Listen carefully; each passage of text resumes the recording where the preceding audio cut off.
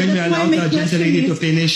kung puputulin natin ang problemang ito, let us not have motherhood statements. Let's have definite proposals to address the problem. So my question, Mr. Speaker, can the Honorable Erice enumerate the reforms that he believes are needed so that we will be guided to do this? Mr. Speaker, maliwanag po ang sinabi ko. Kung napakinggan niya. Sino po ang unang may responsibilidad? Ang Pangulo. 2023, GAA, sinalaula ng Kongreso. Pinawasan ang pondo niya ng halos 300 bilyon.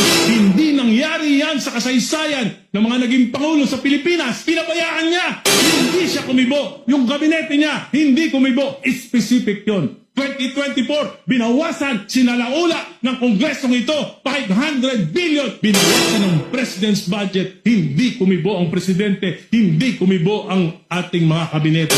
2025, 473 billion. Pati yung mga pondo para sa mga flagship projects ng Pangulo inalis. Kaya naging na lahat ng mga proyekto, hindi pa rin kumibo ang Pangulo, hindi pa rin kumibo ang kabinete. Number one na may problema, command responsibility ang ating Pangulo. Very specific yan. Pangalawa, pinsan ng Presidente. Ang Speaker noon, si Speaker Romualdez, hindi ba sila nag-uusap? Mr. Speaker, distinguished colleagues. Pangatlo, Can we allow the gentleman to finish? Yes, please. Pangatlo, kitang-kita naman natin. Balitang-balita. Dalawa na nag-uusap sa pagbabago ng budget. Yung mga member ng BICAM, hindi alam. Sinabi ni Senate Finance Chief Grace po, pinirmahan niya lang. Pero hindi siya alam. Ang si Senate President Chis Escudero lang at si Chairman Saldico lang ang nag-usap. Regular yun? Hindi po regular yun. Maliwanag po yung mga sinasabi ko.